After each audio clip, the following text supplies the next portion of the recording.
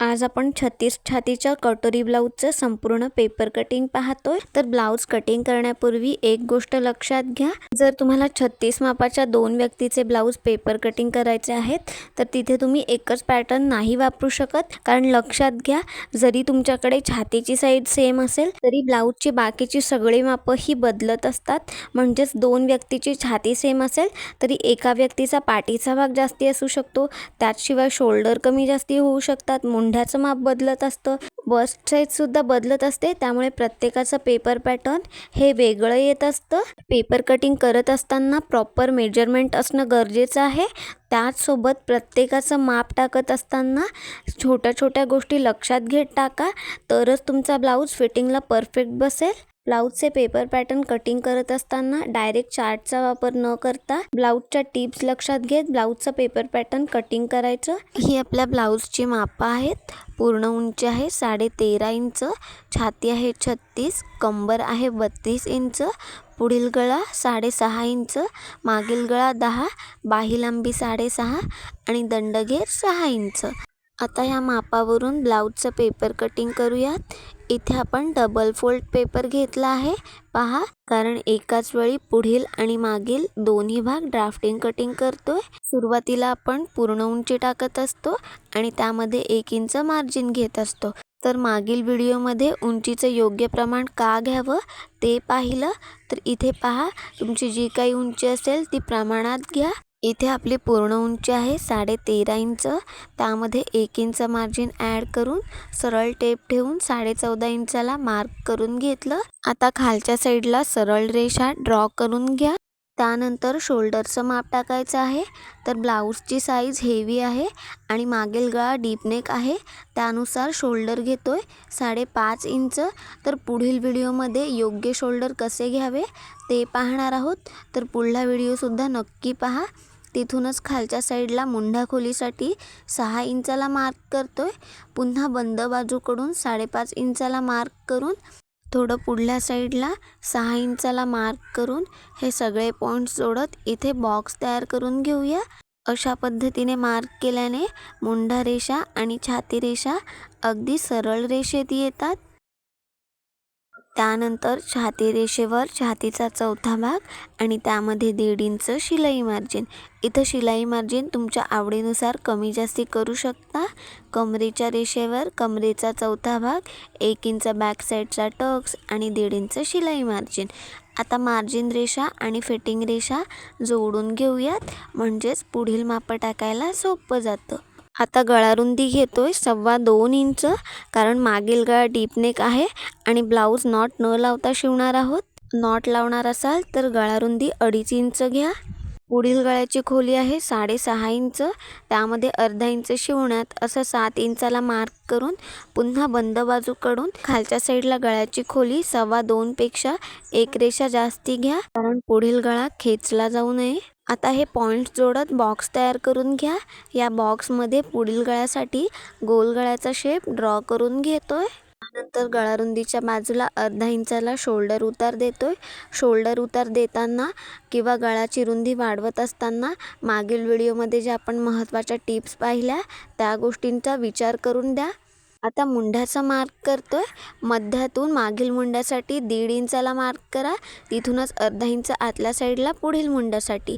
त्यानंतर मुंढा लाईनचा मध्य काढून घ्यायचा आहे। त्यानंतर फिटिंग लाईनच्या इथे 1.5 इंच खालच्या साईडला येत मागील मुंड्याचा शेप ड्रॉ करून घ्यायचा आहे। तिथूनच पुढील मुंड्याचा शेप ड्रॉ करत असताना मध्यात 2 रेषा इतपत आतल्या साईडला या, म्हणजेच आपला ब्लाऊज फिटिंगला अगदी छान बसेल। आता योगपट्टीचं माप टाकतोय। छातीनुसार योगपट्टी घेतोय 2.5 इंच, खालच्या साईडला 2.5 इंचाला मार्क करून सरळ रेषा ड्रॉ करून घ्या। इथे लक्षात घ्या, बस्ट साईज हेवी असेल तर योगपट्टीचं माप कमी घ्यायचं। आता आयुगपट्टीच्या बाजूने वरच्या साईडला 1.25 इंचाला मार्क करा। त्यानंतर योगपट्टीला गोल आकार देण्यासाठी छातीच्या 10व्या भागाला मार्क करा। 36 छातीनुसार 10वा भाग येतो 3.6 इंच।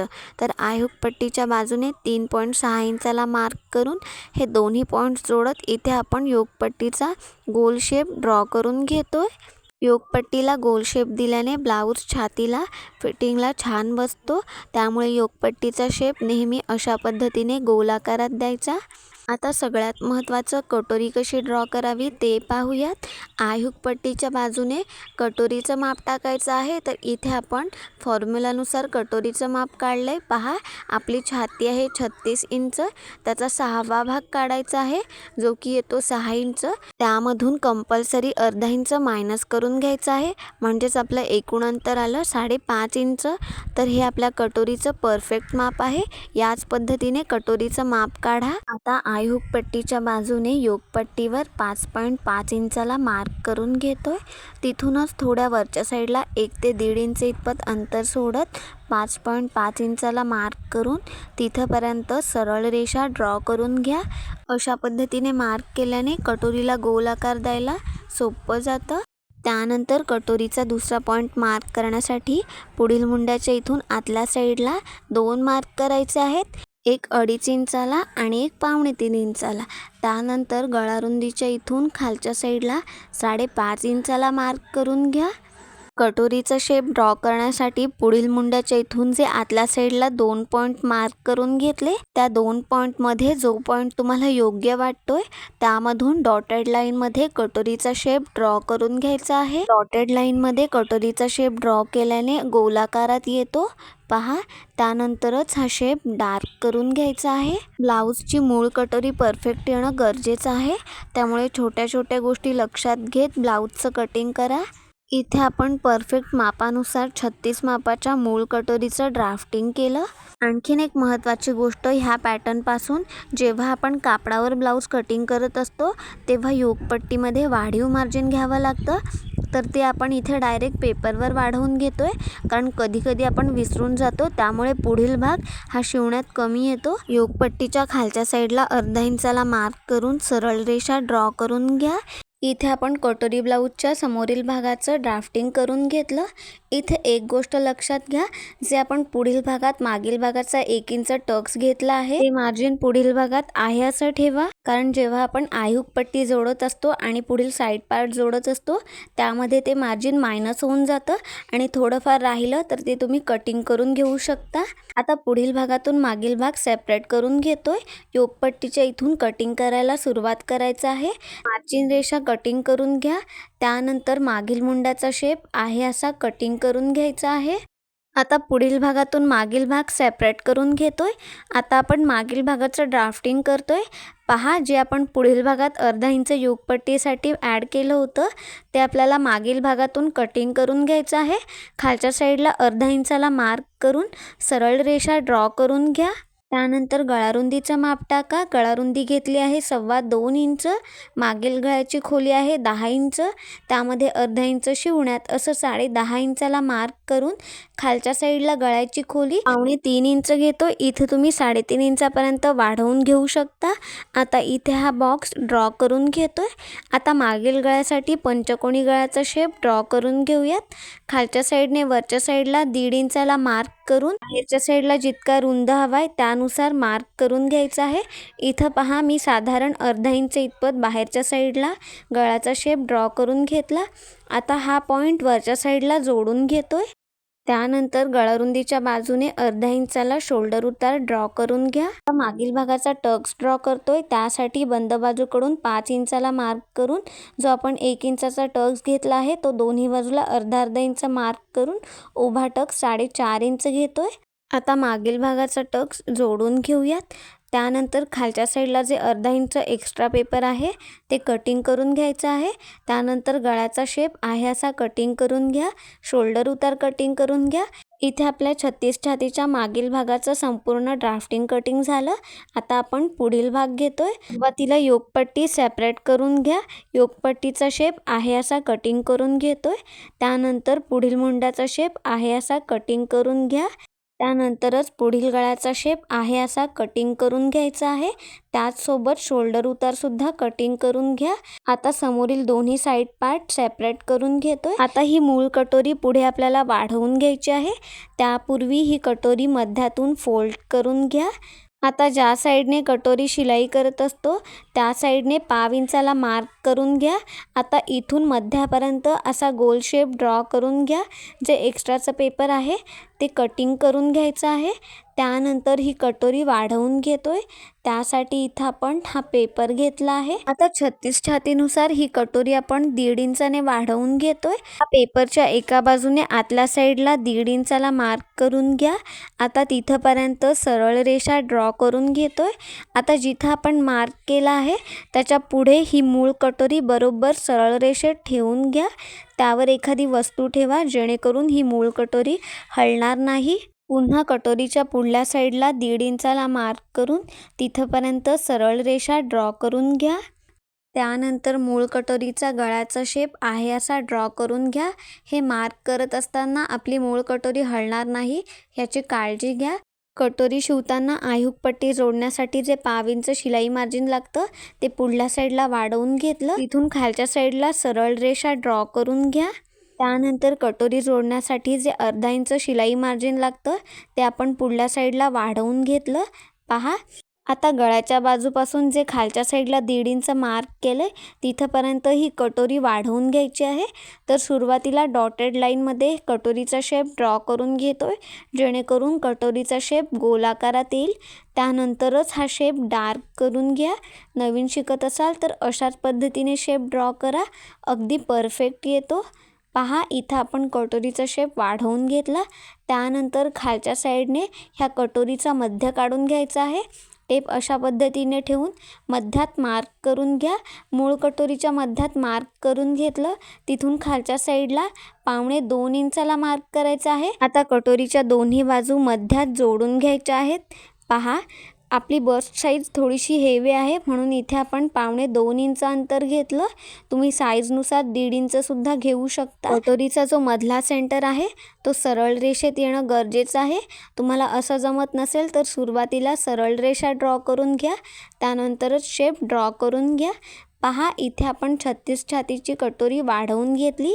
आता ही आहे अशी कटिंग करून घेतोय. जर तुम्हाला माझे व्हिडिओज आवडत असतील तर पुढला व्हिडिओ कशावर बनवू ते कमेंट करून नक्की कळवा. आणि चॅनलवर नवीन असाल तर चॅनलला लाईक करा, शेअर करा आणि सबस्क्राईब करा. इथे आपण अगदी सोप्या पद्धतीने 36 छातीची मूळ कटोरी वाढवून घेतली. आता जी मूळ कटोरी आहे ती फेकून द्या. आता टक्स मार्क करण्यासाठी ही मूळ कटोरी मध्यातून फोल्ड करून घ्या. कटिंग करते वेळेस अशा पद्धतीने जर वर खाली पेपर कट झाला असेल तर तो सरळ रेषेत कट करून घ्या. आता आडवा टक्स 1.5 इंच घेतोय आणि उभा टक्स 2.25 इंच घ्यायचा आहे. आता हा टक्स ड्रॉ करून घेतोय. 36 छातीनुसार हे टक्सचं परफेक्ट माप आहे. पहा, पफ खूप छान येतो. फक्त शिलाई करते वेळेस जे टक्सचं माप आहे ते वरच्या साईडला फोल्ड करा किंवा ते कटिंग करून घ्या. आता आपण साईड पार्ट घेतोय. इथं लक्षात घ्या, जी आपण वाढवलेली मेन कटोरी आहे ती साईड पार्टपेक्षा साधारण 1.25 इंच इतपत एक्स्ट्रा आली पाहिजे. म्हणजे जेव्हा आपण हे दोन्ही साईड पार्ट जोडत असतो तेव्हा ती आपल्या शिवण्यामध्ये ॲडजस्ट होऊन जाते. आणि दोन्ही साईड पार्ट शिलाई करण्यापूर्वी अशा पद्धतीने जोडून पहा. जर तुमचं जास्ती कापड येत असेल तर ते खालच्या साईडने कटिंग करून घ्या. जर तुम्ही गळ्याच्या बाजूने कटिंग केलं तर गळा आपला पसरट होतो, त्यामुळे शोल्डर उतरतात आणि गळाचा आकारसुद्धा बिघडतो. तर ह्या गोष्टी लक्षात घ्या. त्याचसोबत साईड पार्ट जोडत असताना ते न खेचता जोडा. आता हे बाजूला ठेवून बाहीचं कटिंग करतोय. त्यासाठी इथं हा पेपर घेतला आहे. समोरच्या साईडला याची ओपन बाजू आहे, मध्यात फोल्ड करून घेतला आहे. आता बाहीची उंची टाकतोय. ही आपली अस्तरची बाही आहे तर उंची आहे 6.5 इंच. त्यामध्ये 1 इंच ॲड करून 7.5 इंचाला मार्क करतोय. जर बिना अस्तरची बाही असती तर 1.5 इंच मार्जिन घेतलं असतं. खालच्या साईडने वरच्या साईडला 7.5 इंचाला मार्क करून सरळ रेषा ड्रॉ करून घ्या. त्यानंतर बाहीची घडी घेत असताना छातीनुसार घ्यायची आहे. आपली छाती आहे 36 इंच, त्याचा चौथा भाग येतो 9 इंच.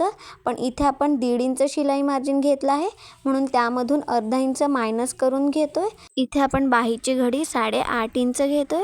आता इथं हा बॉक्स ड्रॉ करून घेऊयात. आता बाहीची सगळी मापं ह्या बॉक्सच्या आतल्या साईडला येतील. त्यानंतर ओपन बाजूकडे बाहीची कॅफ हाईट टाकत असतो. 36 छातीनुसार बाहीची कॅफ हाईट घेतोय 3 इंच. पुन्हा मध्यात 3 इंचाला मार्क करून तिथेपर्यंत अर्ध्यात सरळ रेषा ड्रॉ करून घ्या. आता जे आपण 1.5 इंच शिलाई मार्जिन घेतलंय ते ह्या लाईनमधून मायनस करून घ्यायचं आहे. आता इथून बंद बाजूपर्यंत अशी क्रॉस रेषा ड्रॉ करून घ्या. आता बंद बाजूच्या इथून आतल्या साईडला 1 इंचाला मार्क करून घ्या. त्यानंतर ह्या लाईनचा मध्य काढून घ्यायचा आहे. टेप अशा पद्धतीने ठेवून मध्यात फोल्ड करून मध्यात मार्क करून घ्या. आता जिथं आपण मार्क केलं आहे तिथे वरच्या साईडला अर्धा इंचाला मार्क करा. आता हे तिन्ही पॉईंट्स जोडत मागील मुंड्याचा शेप ड्रॉ करून घेतोय. फिटिंग लाईनच्या इथं पाव इंच खालच्या साईडला या, म्हणजेच मुंढ्यामध्ये चुण्या येत नाहीत. त्यानंतर मध्यातून फिटिंग लाईनपर्यंतचा मध्य काढून घ्या. टेप फोल्ड करून मध्यात मार्क करून तिथे खालच्या साईडला पाव इंचाला मार्क करा. आता हे तिन्ही पॉईंट्स जोडत पुढील मुंड्याचा शेप ड्रॉ करून घेतोय. पहा, त्यानंतर खालच्या साईडला तुमचा जो काही दंडघेर असेल तो आणि त्यामध्ये 1.5 इंच शिलाई मार्जिन. आता मार्जिन रेषा आणि फिटिंग रेषा जोडून घेतोय. इथे आपल्या 36 छातीच्या बाहीचं ड्राफ्टिंग झालंय. आता आपण कटिंग करतोय. सुरुवातीला मागील मुंड्याचा शेप आहे असा कटिंग करून घ्यायचा आहे. त्यानंतर बाही ओपन करून घ्या. त्यानंतरच पुढील मुंड्याचा शेप आहे असा कटिंग करून घ्या. इथे आपल्या 36 मापाच्या कटोरी ब्लाऊजचं संपूर्ण पेपर कटिंग झालं आहे. व्हिडिओ संपूर्ण पाहिल्याबद्दल धन्यवाद.